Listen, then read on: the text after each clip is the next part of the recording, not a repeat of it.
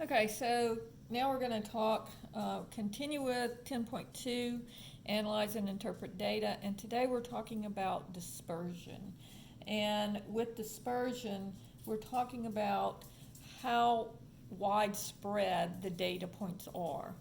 So the first thing that we're going to talk about is the range. And the range of the data is you're going to simply take the highest data point and you're going to subtract the lowest data point. And we're going to do some examples of this, but before we get to that, my daughter happened to teach me a little song today because she heard me making the video, and it is to the tune of Hey Diddle Diddle. So it goes, hey diddle diddle, the median's the middle, add up and divide for the mean. Mode is the one you see the most, and the range is the difference between. So I thought that was kind of a good one to help remember all of the definitions that we've learned so far in this section. All right, so now I want to talk about percentiles. We're going to come back and talk about the range in a little while when we take some examples. But before we do that, we're going to talk about percentiles. And the percentile is just where you're cutting your data points into 100 different parts. And so, for example, if you, like on your ACT test, if you scored in the 80th percentile,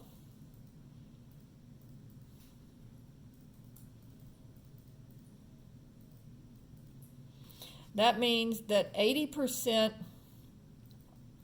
of the people who took the test scored lower than you. And so, therefore, you're in the top 20%. So the 80th percentile, and if you think of it like on an XY axis, it means that you're here at 80%, and so there are 80% of the people are below you, and since it's out of 100, there would be 20% here and 80% here. So just a little bit about percentiles. We're not going to talk a whole lot about them. It's just that, of course, since it's a percentage, the highest you can get is to 100%, and it's basically cutting the data into 100 equal spaces. Now, we're also going to talk about, and we'll talk a little bit more about this, quartiles. And what that does is it cuts the data into 4 equal places, equal parts. And on this, what you're going to have is you're going to have 25% of the data here, 25% of the data here, 25% of the data here, and 25% of the data here. All right? And we call these quartiles. Now, when we do this, the easiest way to look at it is we're going to do something called a box and whisker plot.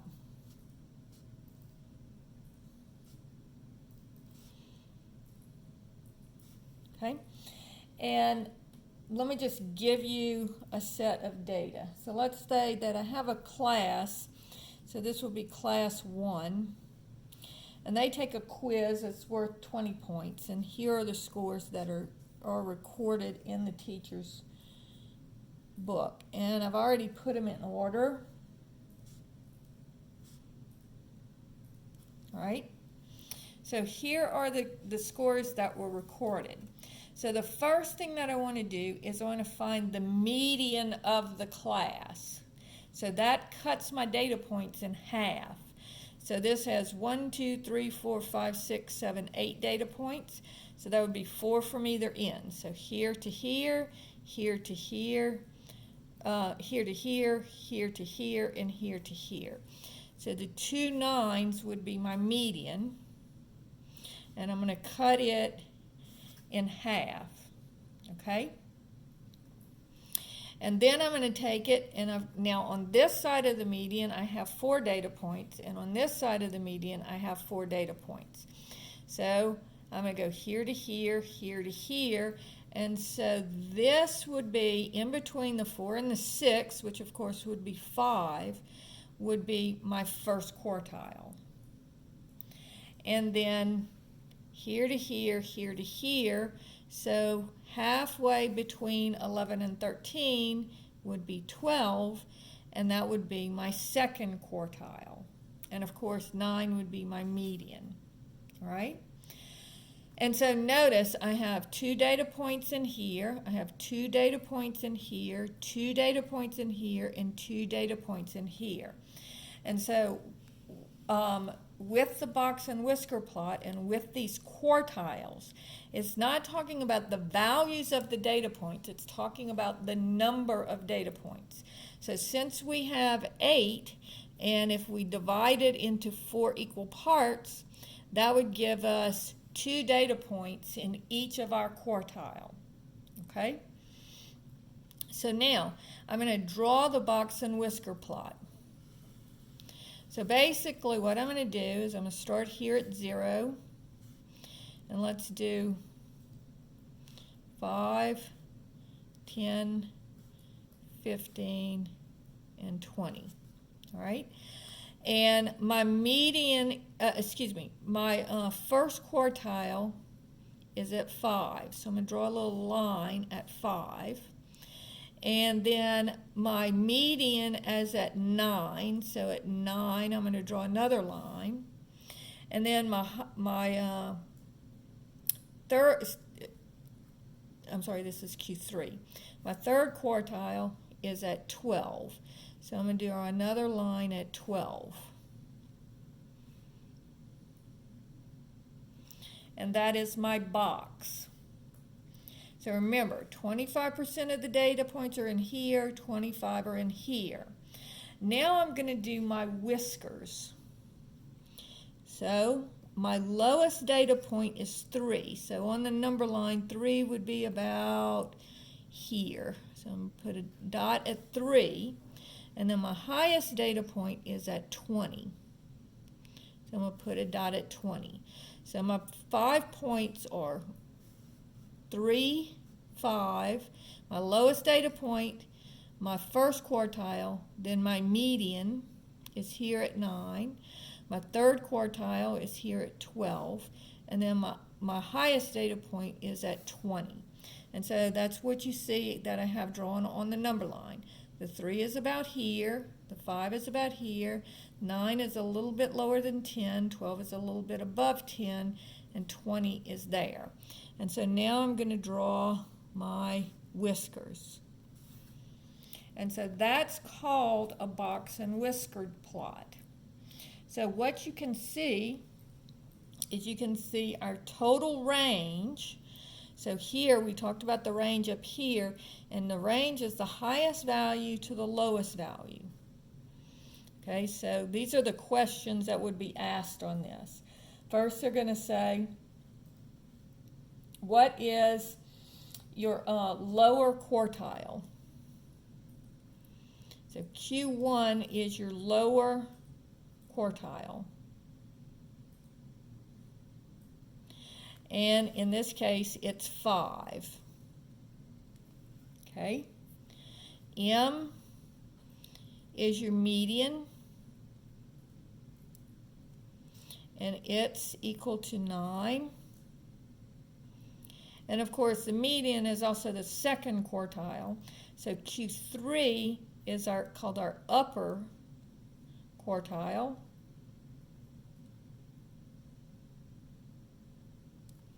And that would be 12. Okay, so this is your lower quartile between 5 and 9. Your upper quartile is between 9 and 5.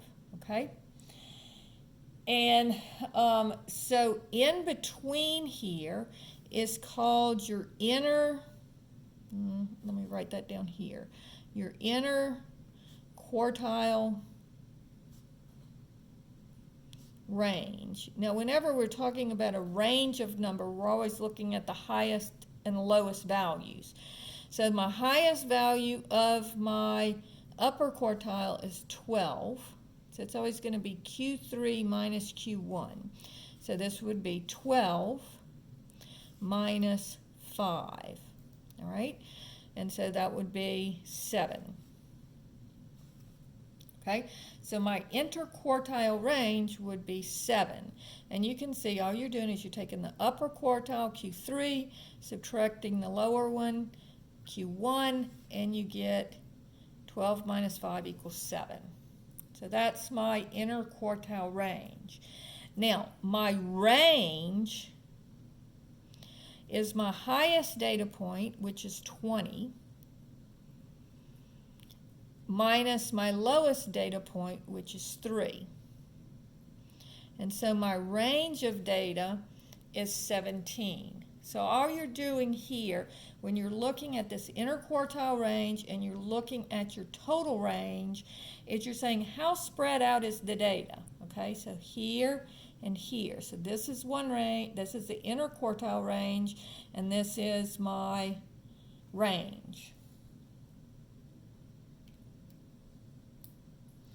Now notice when you're dealing with these quartiles, there's 25% of the data points in this range, 25% in this range, 25% in this range, and 25% in this range. So again, just like when we were talking about the percentiles, if I said, what percent of the people are below the level 12? Well, that would be 75% of the people who scored on this quiz.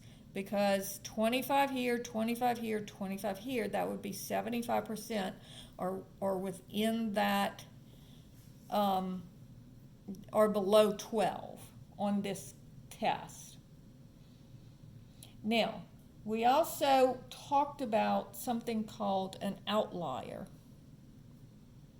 And we talked about this in I think the first lecture when we were talking about how if I was a teacher in New Orleans and Drew Brees' son was one of my students, then his salary would be an outlier because it would be so much more than anybody else's parent in the class. And so if we're talking about salaries here, Drew Brees would be an outlier because he makes way more than anybody else does. Okay? Now, the real definition is that they lie greater than 1.5 times this interquartile range, the IQR, and that's what this is usually abbreviated as IQR, the interquartile range. All right?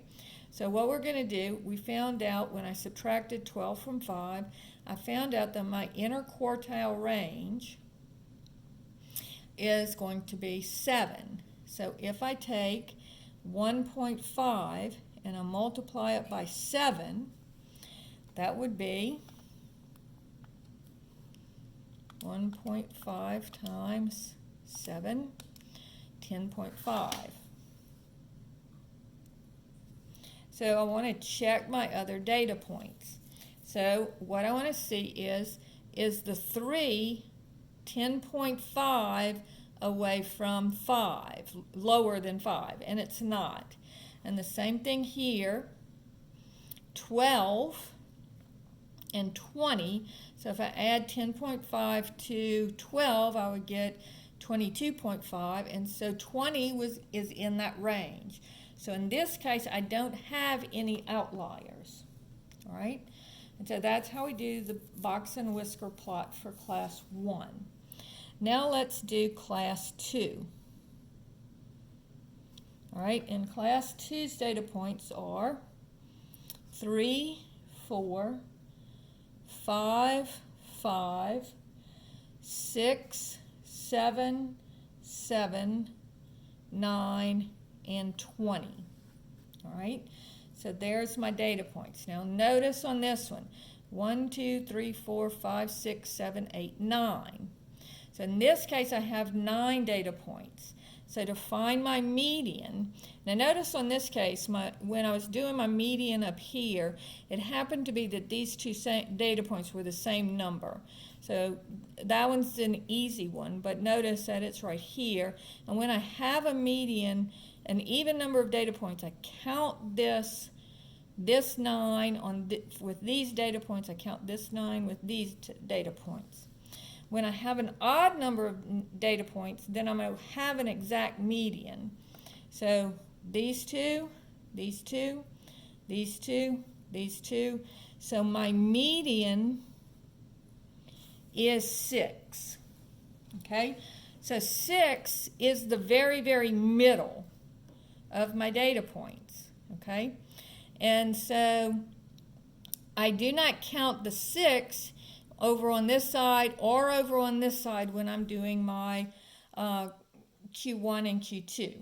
All right, so here on this side I've got 4 data points, so I'm going to go halfway between 4 and 5, and I'm going to just average those two, so that would be 4.5. And then I'm going to go, and again, I don't count the 6, so I'm going to go here to here, here to here, and so this one would be halfway between 7 and 9 would be 8. And again, I'm just taking the middle of the data points. And when I have an even number of data points, then I add them up and divide by 2. Or sometimes you can just look at it and tell what the middle is. So this would be Q1 and this would be Q2. All right? And so now I'm going to draw my box and whisker plot. So again, I'm going to try and make it about the same size as I made the last one, because I want to compare apples to apples here. So I just came straight down from each one of those. So 5, 10, 15, and 20. Now notice on this one, my median is 6. So it's just a little bit above 5. All right, so there's my median, and it's 6. And then my Q1 is going to be 4.5. So that's going to be really close to 5. And then my Q2 is at 8. So that would be here. All right, and so this is 8, and that's Q3. And I keep calling it Q2, but it's not Q2, it's Q3. All right, and then my lowest data point is 3. So that would be about here. And my highest data point is 20. Okay? So we found Q1, Q3, and the median. And so now let's find our IQR. So our IQR is just going to be 8 minus 4.5. And so that's 3.5. All right? And our range would be, again, our highest data point minus our lowest data point. 20 minus 3 would be 17 again. All right? And then to see if we have an outlier, what we're going to do is we're going to take 1.5 times our inner quartile range, which in this case is 3.5. And so that's going to be 1.5 times 3.5, and that gives me 5.25. So I want to say, do I have any data points that are 5.25 lower than my lowest quartile or higher than my upper quartile? And so I'm going to take Q1 and subtract the 5.25. So that would be, Q1 is 4.5, and I subtract 5.25. And so 4.5 minus 5.25 would be negative 0.75. And notice I don't have any data points that are negative. And of course I wouldn't, because this is a class taking a quiz. Then I'm going to take my Q3 and I'm going to add 5.25. So that would be 8 plus 5.25. And we could really do this in our head, but I want to show you how to do it on the calculator. And it'll be 13.25. So do I have any data points that are above 13.25? Yes, I do. 20, therefore, is an outlier.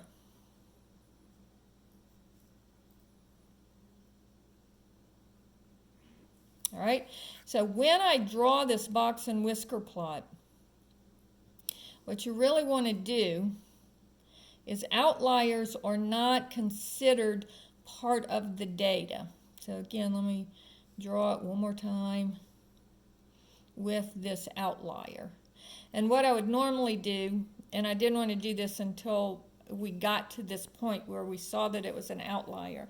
But normally when I do a box and whisker plot, I don't draw my whiskers. So I draw my box, but I don't draw my whiskers until I find out if I have an outlier. So 0, 5, 10, and 15 again. And then we have 4.5 and 6 and 8. And here's my interquartile range. And then 3 is going to be a data point. And then my highest data point that's not an outlier would be 9. So I'd put a dot at 9 and draw my whisker. But I do want to show that I have that outlier.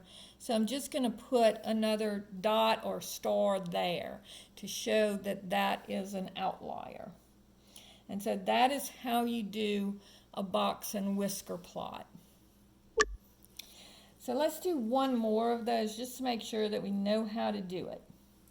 So if I have the data, these data points, 25, 31, 33, 35, 42, 55, and 84. All right? So I have 1, 2, 3, 4, 5, 6, 7 data points. So we'll have a middle here. So these two, these two, these two. So this would be my median. Then I have these two to here. So this would be Q1. And then I have these two to here. So this would be Q3. All right? So that's how you do the median is the middle number, and then the Q1 is the middle of my lower part of data, and then Q3 is the middle of my upper part of the data. Okay? Now, notice that when I had an even number of data points,